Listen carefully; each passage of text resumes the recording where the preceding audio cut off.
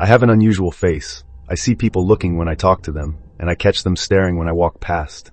They can't help themselves, and it doesn't make me mad or anything. I'd look too if the roles were reversed. Now, I'm not ugly by any standard. I do okay in the dating world, but the story of how I got the face is quite ugly. And since it's one that I feel like I'm getting off my chest as I send this to you, you get to read about it. I grew up in Ohio, and although my mom tried her best, I was a bad kid. She had to work a lot to keep her son, i.e. me, clothed and fed, and Grandma was just too damn tired to keep a leash on me. By the time I was 13, I was running wild almost every night in the company of some equally damaged friends of mine. I say damaged because it was around that same time I found out my dad hadn't just run off. He'd been murdered. After I found out, I was just mad all the time, I guess. But so were my friends. That's how we ended up discovering a mutual love for our favorite pastime, breaking stuff. On a Friday night, we'd head over to places where almost every single house on the street was derelict and boarded up. Then, where we could, we'd kick in doors, kick down fences, and smash wooden beams. We didn't always stick to abandoned houses either. A lot of the time, we picked one or two occupied ones and tossed a brick or two through their front windows. We were letting out all the tension, I guess. I'm not making excuses for myself. That's just how it was back then. We weren't interested in school and dropped out as early as we could. For the next couple of years, we bummed around breaking stuff, stealing stuff, and making money where we could. Then one day, a friend of ours got busted for something he didn't even do, and he ended up going to juvie for it. I guess that scared me straight. I got my drinking and smoking under control, cut my hair, and took out my nose ring. Then I went around town trying to find somewhere that would give a job to someone with zero work experience doing anything. Well, that place turned out to be Walmart. An employee told me to write to the store's hiring manager explaining my situation, and I didn't think that it would work, but it did. I got an interview, explained that I wanted to make an honest living and keep myself out of trouble. The hiring manager told me as long as my background check cleared, he'd give me a shot, and I'd be on probation to start with, meaning they could let me go at any time, no questions asked. But I was willing to prove myself, so he threw me a bone. A week later, I was at orientation doing a bunch of paperwork and watching a bunch of videos. It was tiring doing all that lifting and walking and dealing with customers for just minimum wage. My coworkers were kind of standoffish with me to begin with, too. I felt this pressure not to mess up and, I don't know, prove them wrong about me. After a few months, people started to warm up to me, and my supervisor began noticing my hard work and enthusiasm. I got more hours, which meant more money, and by the time they were talking about cross-training me as a cashier, I realized they actually trusted me. That meant a lot. It made me feel like I could be a normal person instead of some scumbag to them. The routine and stability were nice too. It gave me a reason to stay sober, clocking in, working all day, then going home knowing that the paycheck was going to be there, no matter what. It was kind of bliss, and I was actually happy. But I guess I was living on borrowed time. One day I was stocking shelves, just doing my thing when I noticed a guy watching me from down the aisle. You get used to that pretty quick. People are just curious, especially kids, but they usually move on after a second or two once their curiosity is satisfied. This guy didn't. I watched out of the corner of my eye. He just stood there, definitely not looking into anything on the shelves, like his face was 100% locked onto me. I made eye contact with him as I turned to grab another box.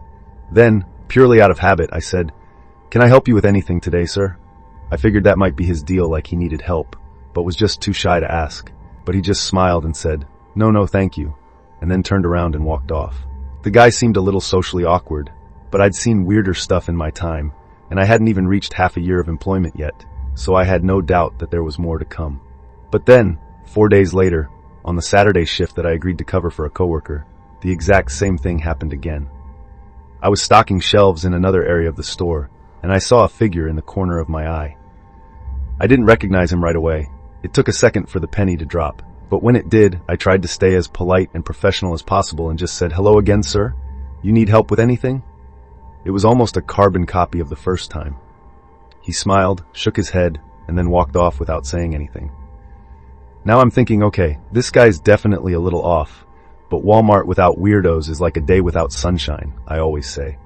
It just didn't feel like I'd worked a full shift unless I encountered at least one. I mentioned the whole thing to a coworker of mine, but she just sort of laughed like, "Looks like someone's got a crush on you," and we turned the whole thing into a joke, much in the same way we did with everything that bothered us about the job. Laughing about stuff burned off a little of the tension, so that the next time something happened, I didn't just explode in the face of a rude customer. I also wasn't too worried because I'd never had a weird customer like that before. And honestly, I didn't think he'd be back after that second time. But I guess that was more hopeful than anything, because maybe a week or so later, there he was again. I was stocking shelves. I saw him step into the aisle, and after a quick look to see who it was, I remember saying, "You've got to be kidding me," under my breath before turning to face him. I said, "Hello again, sir," with just enough hardness in my voice to let him know that I didn't appreciate the repeat performance. I wasn't scared or anything. I was more wondering where the hell this was all going and what the guy's angle was. He smiled when I said hello to him and returned the greeting very calmly before reaching into his pocket and pulling out his phone. He held it up, looking at something on his screen. Then his eyes darted at me for a second, then back to his phone. I figured he was looking at a product on his phone and was about to ask if we had it in stock or something. I couldn't figure out why it took him 3 tries to get there. But like I said, it wouldn't be the weirdest thing that had ever happened on shift. But he didn't show me anything. He just carried on looking back and forth, and I noticed something about the hand he was holding his phone with. The back was all scarred up, like an old burn scar, pale pink compared to his wrist and fingers. Now I was halfway through saying, "Sir, if there's nothing else I can help you with," when he cut me off and asked, "You don't remember me, do you?" It sounds crazy looking back on it, but I had to sort of tighten my lips to keep from just grinning in his face, because of course I remembered him. Half my coworkers were probably saying to each other, "Hey, check it out. Craig's crush is back, and he's asking for his number now." And as that thought entered my head, it almost had me laughing out loud. I told him, "Sure, I remember you, sir. This is the 3rd time we've talked by now." In response, the guy just kind of laughed a little as he slid his phone back into his pocket. Then he said, "You really don't remember me, do you?" I guess that was his way of telling me that he knew who I was, but I was wearing my name badge at the time. I legitimately thought he was just reading it off of that. I asked if I was supposed to remember him because I didn't, and then asked where he knew me from if it wasn't from Walmart. I was racking my brain the entire time thinking, is this guy an old neighbor or something? Someone from school maybe? Or a cop that I wrestled with one time? But nothing was sticking. The guy's face just didn't ring a single bell. He said he wasn't all that surprised that I didn't remember him. He added, "It's been a long time. You were just a kid when we last met." I fell back on my training and tried turning a not-so-nice conversation into a nice one, saying something like, "Well, no wonder I don't remember you. I barely remember what I ate for dinner 2 nights ago." But the guy didn't laugh. He kept on smiling, but he didn't laugh. Then he asked me, and I had to look this up to make sure I was spelling it right. He asked me, "Do you know what degenerative myopathy is, Craig?" You know when you've never heard of something before, like something scientific, and you hear the words and you're just sort of like, huh? I mean, you probably just did it reading what I copied and pasted into this email here thinking, Deno, what now? Well, I hope he didn't go looking it up or anything, because I'm about to explain what it is, which is exactly what the weird guy with the burn scar did with me. I told him, no, I don't. Then in so many words, this is what he told me. Degenerative myopathy is a degenerative disease that affects German shepherds where their back legs start to weaken and eventually give out. It comes from a tiny defect in their DNA. When the defect is present, the nerves in a dog's lower spine start to break down over time. The condition usually shows up when the German shepherd is older, around 8 years or more. At first, you might notice the dog dragging its back paws a little or wobbling when it walks. It's like their back legs are forgetting how to work properly. Then, over months or even a couple of years, the weakness gets worse. The dog might struggle to stand up, have trouble walking, or eventually lose the ability to move its back legs altogether. It's tough to watch because the dog is still alert and happy in its mind, but its body just won't cooperate. Now, he was giving me this weird speech. When he got to the sad part about them still being happy in their minds, I had to interrupt him. I remember saying very politely, "Sir, I don't understand why you're telling me this." He just raised a hand and kept going. There's no cure for degenerative myelopathy yet. Vets can suggest things like physical therapy, special harnesses, even wheelchairs to help a dog stay mobile and comfortable for as long as possible. The goal is to keep them happy and enjoying life even as their legs give out. For now, researchers are working hard to learn more, but the best we can do is give these dogs lots of love and support to keep their tails wagging. I remember thinking, is this guy working for some kind of charity or representing a drug or something?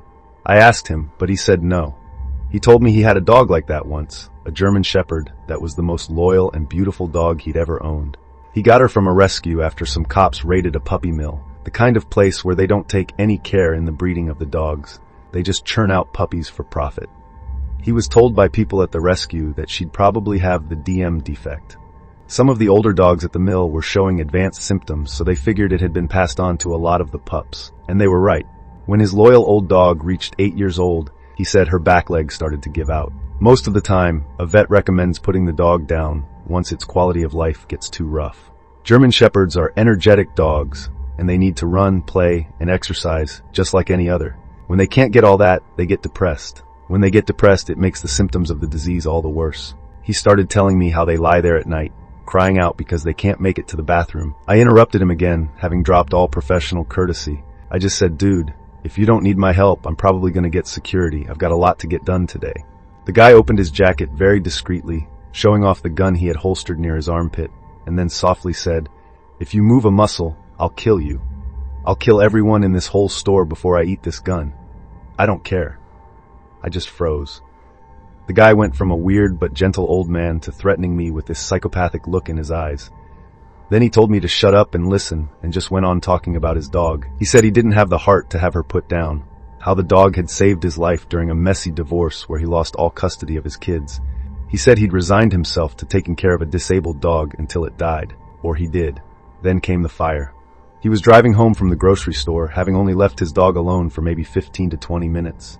When he turned onto his street, he saw the black smoke rising into the air. He just knew from the position of it, after having lived there for all those years, that it was his house that was going up in smoke. So he put his foot down on the gas, skidded into his driveway, then ran into his burning home to try and save his dog. He burned his hand, checking a metal doorknob to see if it was warm. It wasn't just warm.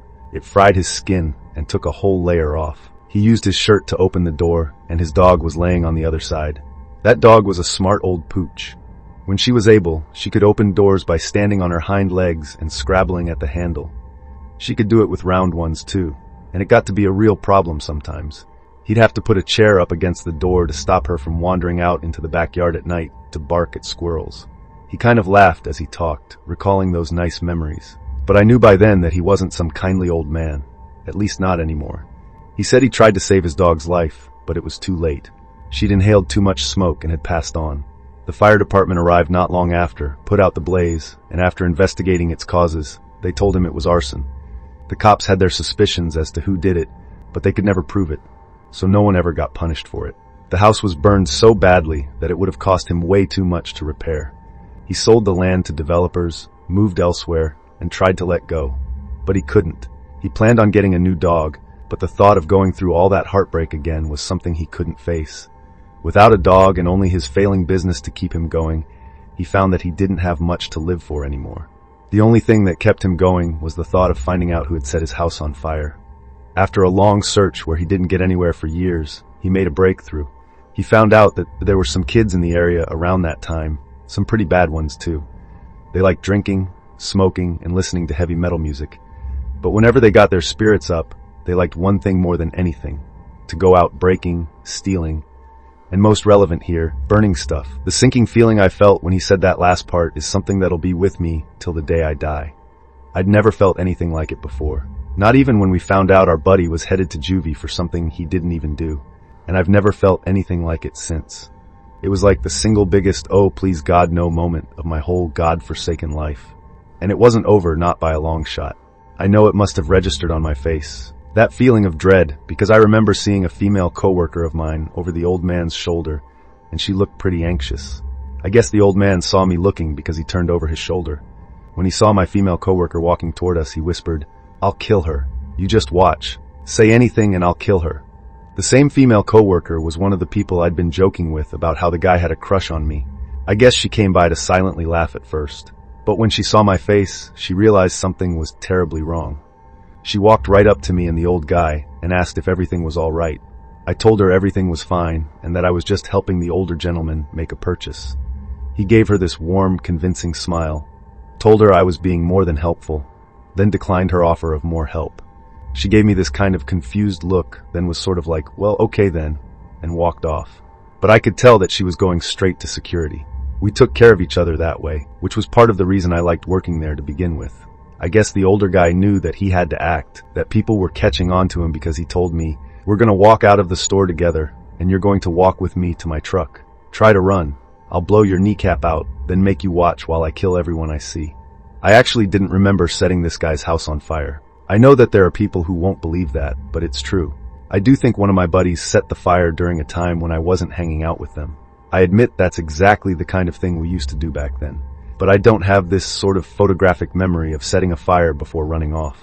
I told the guy that I thought he was the wrong guy, but the way he looked at me let me know that he was incredibly serious about everything he was saying. I could see it clear as day how badly he wanted to just pull that gun out and turn my head into a canoe.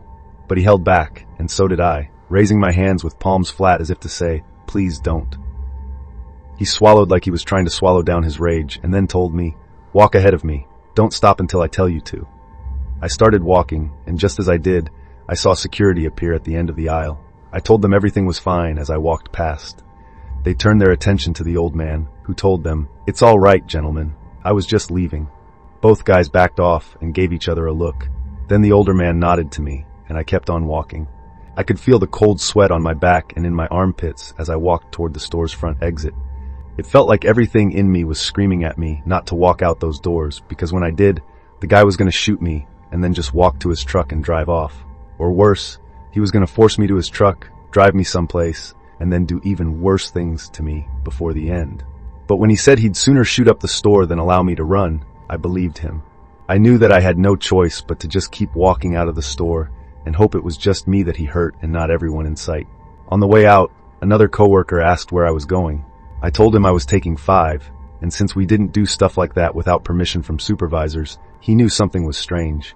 But I don't think he would have been able to guess what it was if you gave him a million tries. By the time we were walking through the parking lot among the rows of hundreds of parked cars, the guy was jamming the barrel of his gun into my back saying, "Don't stop now, or I'll put a dozen in the ground before I blow your head off." And I mean it when I say that's what kept me going. That and the feeling that my luck had finally run out and it was time to pay the piper for the crap that I'd done when I was a teenager. He told me to get in his passenger seat, and so I did. Then he walked around to the driver's side and climbed in next to me. I asked him where he was taking me, but he just told me nowhere. He then took a pack of smokes off the dash, put one between his lips, and pushed the top of the old-style cigarette lighter in his center console. While he waited for it to heat up, he started telling me how he had thought about killing me for the longest time. Once he figured out who had set his house on fire and who had killed his dog, he thought about all the different ways that he could get revenge, be it torture us, suffocate us, or set us on fire. But all that was too elaborate, too risky, and too time-consuming. Instead, he thought of something simple but effective, something that could do everything he wanted to do that took no more time than a few minutes. He had the gun on me the whole time, and I didn't trust that he wasn't going to shoot me. I figured he was just saying all of that to keep my guard down so I wouldn't run, and he'd get to watch my face as he pulled the trigger. But he was telling the truth. He didn't shoot me. He did something else instead. When the cigarette lighter was done heating up, it popped back out with a little click. The guy then grabbed it, lit a cigarette with it, and told me, "Don't move. You scream, but you don't dare move." That's when he started leaning toward me, gun in one hand, glowing hot lighter in the other. I realized what he was going to do. I gripped the door handle, not the opener, but the other plastic handle side. All I remember before the pain hits is begging him, "Not my eye, please. Not my eye." He told me to shut up and thrust the lighter forward. Then all I remember is searing pain burning through my face and screaming at the top of my lungs as I heard my own skin sizzling. He didn't just keep it in one place either. He dragged the metal across my cheek until I was clawing at the opener and falling out onto the blacktop below. I was whimpering, wanting to cover my face, but not wanting to touch it either. As I looked up, the guy was already starting his car. I thought he was about to back up and drive over me. So I scrambled out of the way, but he just reversed, turned a little, and then took off so fast that his open passenger door slammed shut as he moved. People were running over to me after hearing all the commotion. I'll never forget how someone took one look at my face before a look of shock came over theirs. Then the way they shouted at someone to call 911, I knew that it was bad. The ambulance was there pretty quick. I thought about trying to drive myself to the hospital, but one of my coworkers told me to just get into the ambulance, because it wasn't worth getting into an accident on the drive there. When I arrived at the ER, nurses led me to a curtained-off area and asked me how it happened and how long ago. I answered as best I could, but I was still in so much shock and pain that it all came out kind of garbled. Next came the doctor, who after examining my face, told me it was a 3rd-degree burn and a bad one. She said the nerves were destroyed, which was why there was this weird numbness around the blackened crater that used to be a piece of my cheek. But the skin surrounding the burn was screaming with pain. The doctor also warned me that a combination of the burn's depth and where it was on my face meant that there was a big risk of infection and scarring. But at the time, I didn't care. All I wanted was for them to take the pain away, and the rest I could think about later. They put something on my face that made it hurt, but the next thing the nurses applied was sort of a cooling gel, and that's when I started to feel some relief. They also put some kind of antibiotic cream on my cheek and then put a dressing on it too. Before I was released, the doctor told me to avoid sunlight, not to touch the wound, and to keep everything sterile. I was instructed to see a reconstructive specialist in a few days. They scheduled a follow-up, handed me a bag of medical supplies, and then sent me home with my face wrapped in bandages. That first week was a nightmare. Work said to take as much time off as I needed, and they assured me that they'd be working with the cops as they tried to track this guy down. But the wound was bad, really bad. When I first peeled back the dressing on my face, I saw this oozing circle. I avoided mirrors, but there was no escaping it, because sometimes even through the dressing I could smell that infection was actually setting in. Antibiotics kept it at bay, but those were a rough couple of days when I thought it might actually take. I followed the care routine obsessively, washing my hands over and over before I changed the dressings and applied the ointments. Sleep was almost impossible. I'd lie propped up on pillows to avoid pressure on the wound, but the pain kept me awake. The painkillers dulled the worst of it, but I hated how they left me feeling like a zombie during the daytime. A few days later, I went to the reconstructive specialist's office and was told that the dead tissue had to be surgically removed under local anesthesia. That sucked hard, not just because of how gruesome it was, but because I got to hear all about how the burn was so deep that I needed a skin graft. In the meantime, I was given a kind of gel to help reduce the scarring, but I was told it would still be very noticeable even in the best possible scenarios. After the graft, where skin from my thigh was stitched onto my cheek, the site remained swollen and discolored, leaving a raised, lumpy scar that tugged painfully when I spoke or smiled. After 6 months, the scar was a thick circle, pale and shiny with jagged edges where the red-hot metal had burned deepest. It distorted my cheek, pulling the skin taut and slightly misaligning my lower eyelid. Makeup couldn't conceal it. The texture was too uneven, the color too stark. In some lights, it looked kind of like a brand. I guess that was exactly the intention, something I could never stop seeing that reminded me of who I was and what I'd done. But more than anything, it reminded me of how scared I felt walking out to that guy's car, as well as the pain I felt before I finally found it in myself to grab the door handle and tumble out onto the road. Speaking of the guy's car, the cops eventually found it burned out on a dirt road a few days later. They said there was evidence that he transferred into another vehicle, but since there were no cameras on any of the back roads, there was very little chance that they'd find out what his second ride had been.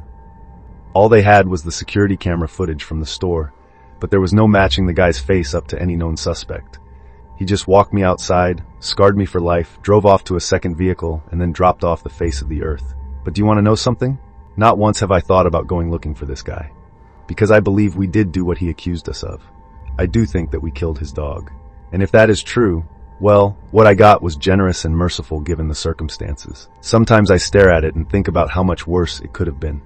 The specialist says laser treatments or further surgeries might make it look a little less obvious, but I know deep down that the damage is too deep. For now, I live with it, a reminder of that day and what I used to be. I apply my sunscreen, but less for the actual protection and more as a way of trying to reclaim some control over what's now the most eye-catching and obvious aspect of my physical appearance. And like I said, I'm not ugly or anything, not by any standard, but I sure do have an unusual face. I've been working as an overnight security guard at Walmart for about 3 years now at this big old supercenter just off the highway near my hometown. It's definitely one of the better jobs I've worked, even with all the nights involved. The pay is decent, the benefits are okay, and most nights it's just me and another guard chilling in the asset protection office, keeping an eye on the cameras and talking trash to keep each other awake. The store is closed from midnight to 6, so it tends to be nice and quiet on the inside, but that parking lot's a whole different story. After a while, you get used to seeing things that make most folks skin crawl. But this one night about 6 months back, I saw what has to be the scariest thing I've ever seen on the job. I'm pretty seasoned by now. And by that, I mean I'm not some rookie jumping at shadows, but I'm also not some kind of wannabe cop either. My job is to watch the store, make sure nobody's breaking in or setting the place on fire. Anything outside the store walls is for the cops to handle unless it's a direct threat to the property. We've got cameras all over the place, inside and outside, and they're good enough to catch a shoplifter snagging a TV or some kid spray painting the loading dock. But out in the far reaches of the parking lot, forget it. It's all grainy blobs and shadows past a certain point. Anyway, this night started out as normal. Quiet, pretty boring really. Then, at around 2 a.m., I told my shift partner that I was headed out for a smoke break.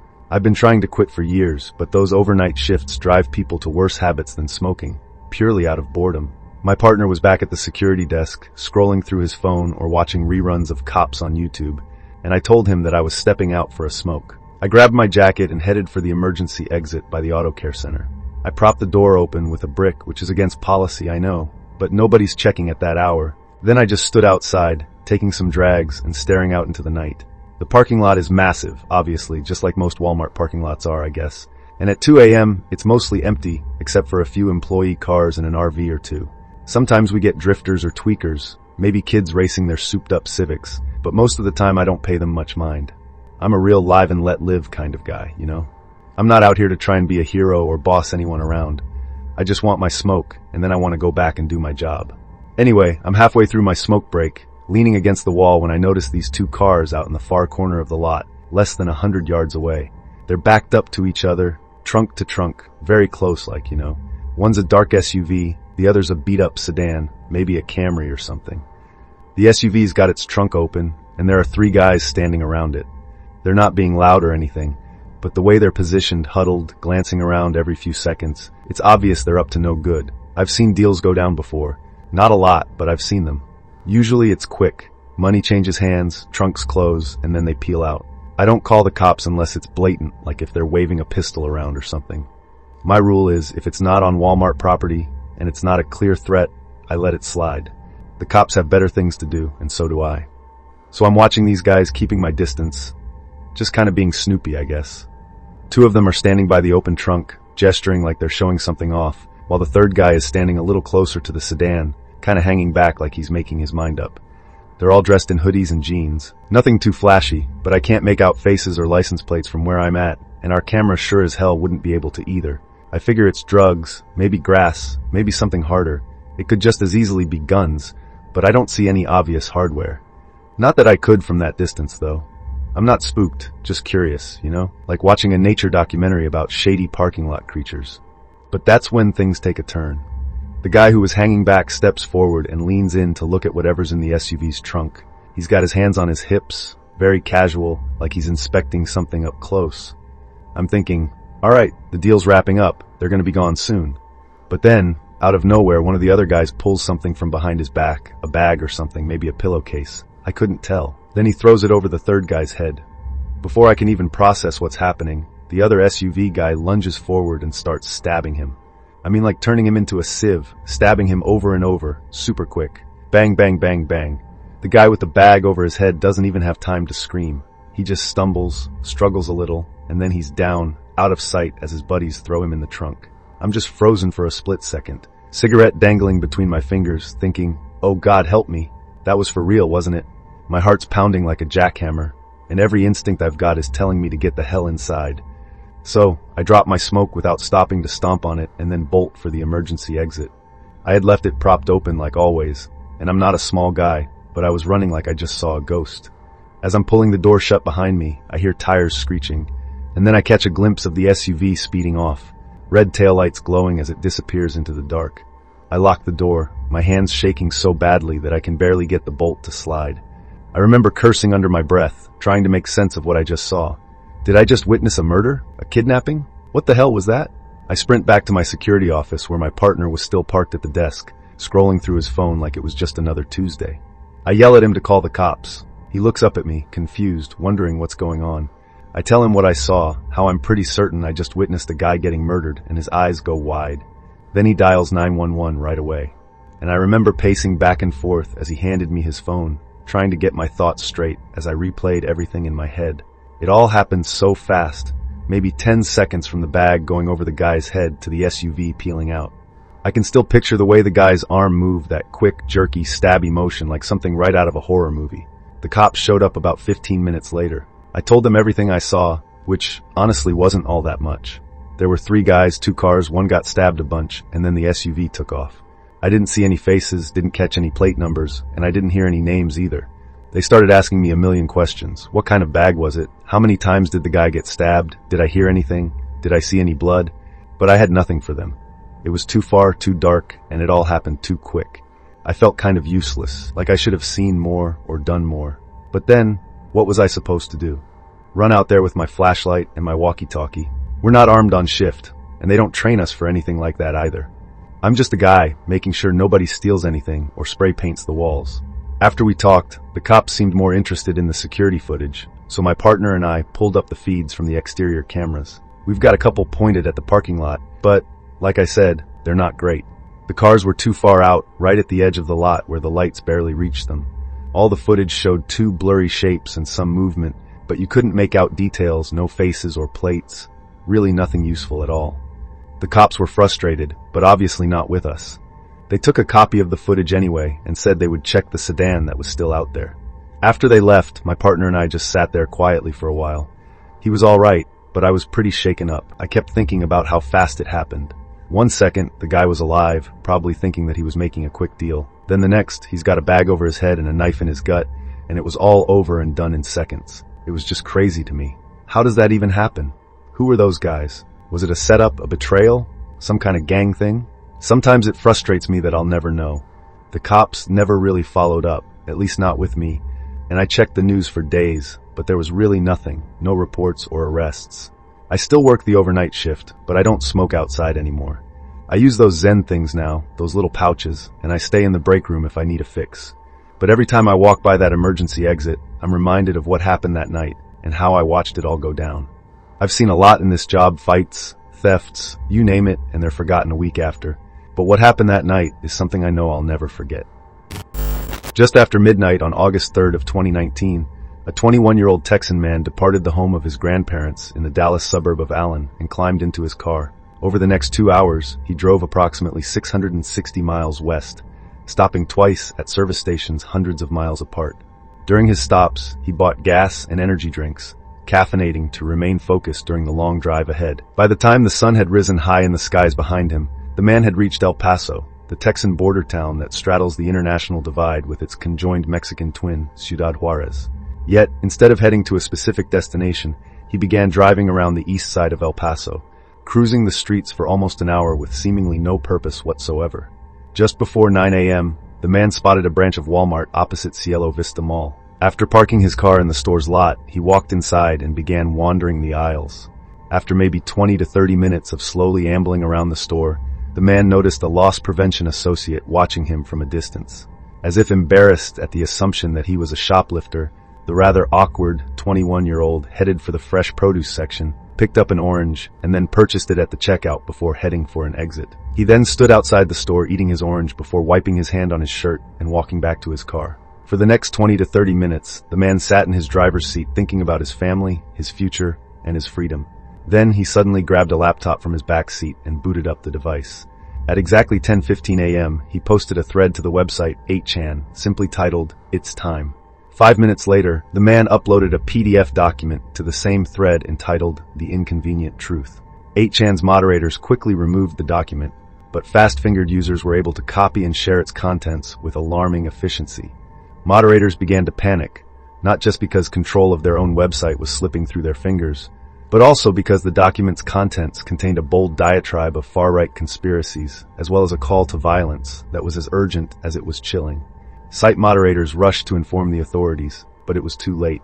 Try as they might, what was coming could not be stopped.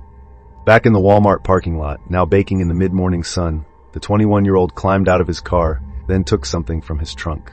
He strapped it to his body, tightening strips of nylon by yanking them through plastic slings. Then, once he was done, he began walking toward the Walmart. Standing outside were a group of fundraisers from the all-female El Paso Fusion soccer team who cheerfully solicited donations from passersby. Nearby, a woman slowly pushed a shopping cart toward the store.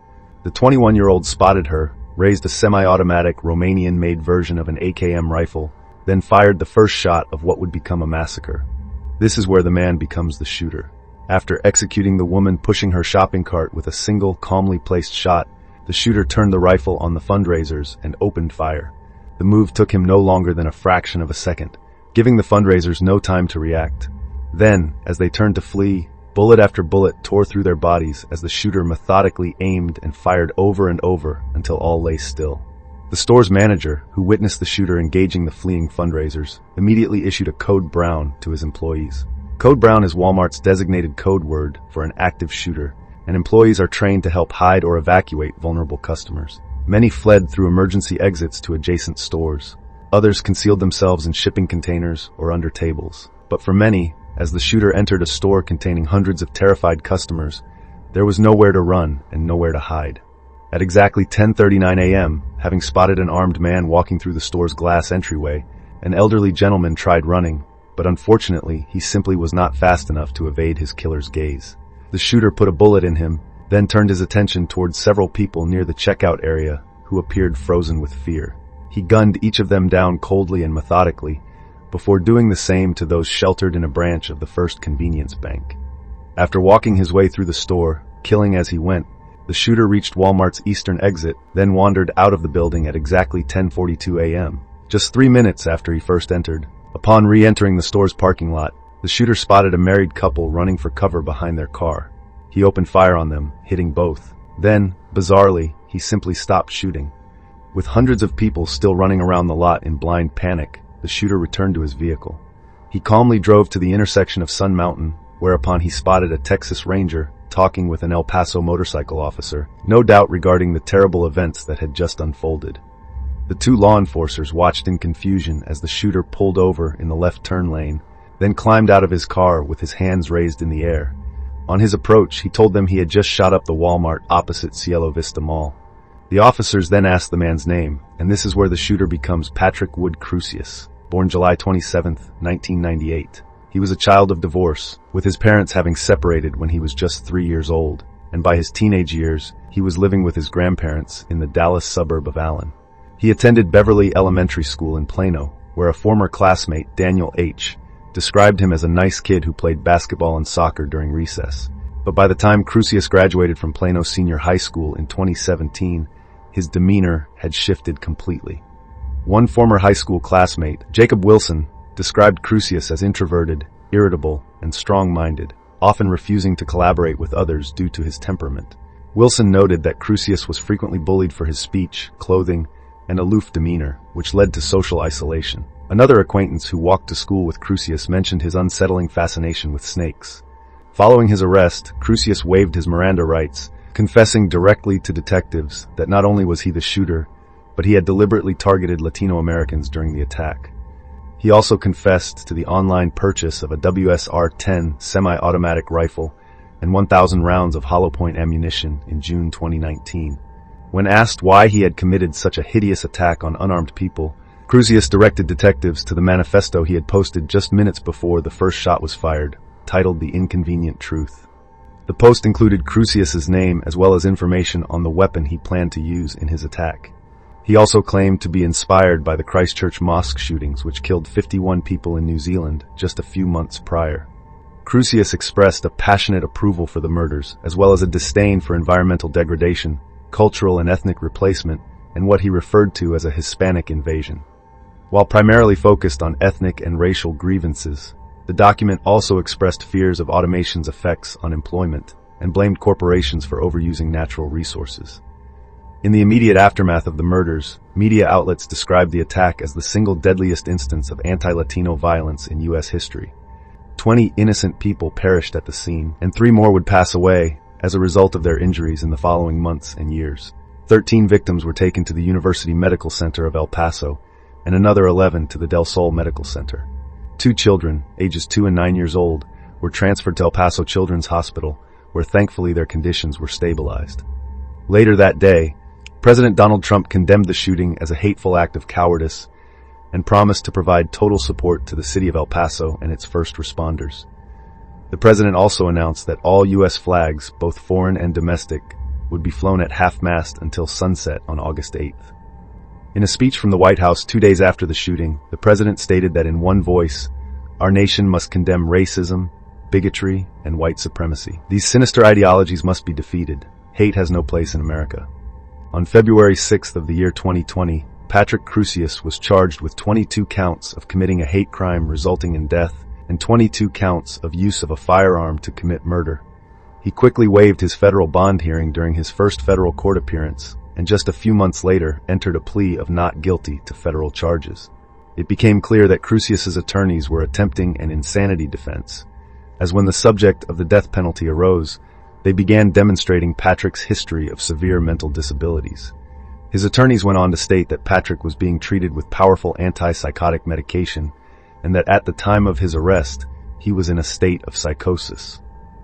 The evidence for Patrick's mental illness was so compelling that in January of 2023, prosecutors announced that they would not be seeking the death penalty.